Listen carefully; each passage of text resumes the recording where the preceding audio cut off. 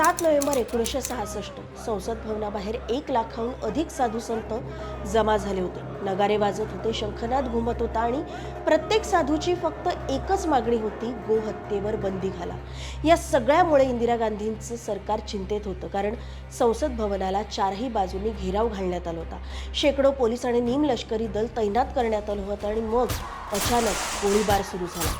अनेक साधू तिथेच कोसळले. शेकडो लोकांना जबरदस्तीने बसमध्ये भरून तिथून हटवण्यात आलं. रातोरात हजारो मृतदेह दिल्लीतून गायब करण्यात आल्याचा दावा करण्यात आला आणि वृत्तपत्रांमध्ये मात्र एवढंच छापून आलं, फक्त 8 लोक मारले गेले. 1955 मध्ये पुन्हा एकदा असाच प्रयत्न करण्यात आला आणि गोहत्या बंदीचं विधेयक सुद्धा मांडण्यात आलं. पण यावेळी सुद्धा नेहरूंनी स्पष्ट शब्दात सांगितलं की जर गोहत्येवर बंदी घालण्यात आली तर मी पंतप्रधान पदाचा राजीनामा देईन. आणि लोकसभेत या विधेयकाच्या विरोधात 96 मतं पडली आणि फक्त 12 सदस्यांनी त्याला पाठिंबा दिला. महाराष्ट्रातल्या वाशिममध्ये एक शांतता मोर्चा काढण्यात आला होता, ज्यात हिंदू साधू संत, गोरक्षक आणि सामान्य भक्तजन हे गोहत्येवर बंदी घालण्याची मागणी करत होते.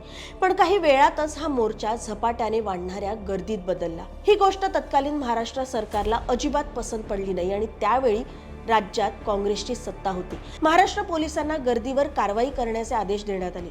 लाठीमार करण्यात आला आणि परिस्थिती गोंधळाची आणि चेंगराचेंगरीसारखी बनली. आणि त्याच वेळी महाराष्ट्र पोलिसांनी गोळीबार सुरू केला. सरकारी आकडेवारीनुसार या गोळीबारात 11 जणांचा मृत्यू झाला होता. अनेक लोक जखमी झाले होते. वाशिममध्ये सांडलेलं रक्त आता या आंदोलनाची नवी ठिणगी बनलं होतं. पूर्ण व्हिडिओ बघण्यासाठी HBT मराठीच्या YouTube चॅनलला नक्की व्हिजिट करा.